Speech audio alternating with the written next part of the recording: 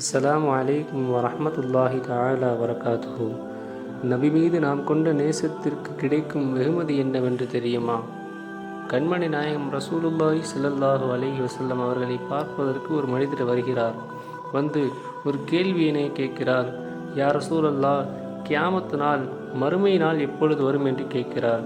அதற்கு நபி ஸல்லல்லாஹு அலைஹி வஸல்லம் அவர்கள், மறுமை நாளுக்காக வேண்டி எதை நீ தயாரித்து வைத்திருக்கிறாய் என்று கேள்வி கேட்கிறார்கள்.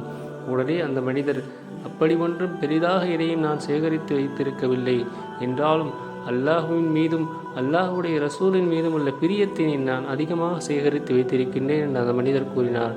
நாயம் ரசூலுல்லாஹி ஸல்லல்லாஹு அலைஹி வஸல்லம் அவர்கள், அந்த மஅமன் அஹ்பப்த, நீ யாரை பிரியப்படுகிறாயோ அவரோடு நாளை மறுமையில் இருப்பாய் என்று கூறினார்களே, அந்த வார்த்தை தான் நமக்கு கிடைத்த மிகப்பெரும் வெகுமதி. அல்லாஹுடைய ரசூலின் மீது நான் கொண்ட நேசம், மறுமையில் அவர்களோடு இருக்கக்கூடிய அந்த பாக்கியத்தை அல்லாஹ் நமக்கு கொடுக்கின்றான் என்பதை நாம் உணர்ந்து கொள்ள வேண்டும். நாயகத்தின் மீது அதிகமாக பிரியத்தை வெளிப்படுத்தக்கூடிய உம்மத்தினர்களாக நாம் மாற வேண்டும். அவர்களுடைய நடைமுறையை வெளிப்படுத்தக்கூடிய உம்மத்தினர்களாக நாம் மாற வேண்டும். அல்லாஹ் அதற்குரிய தௌஃபீக்கினை நமக்கு தருவானாக. ஆமீன்.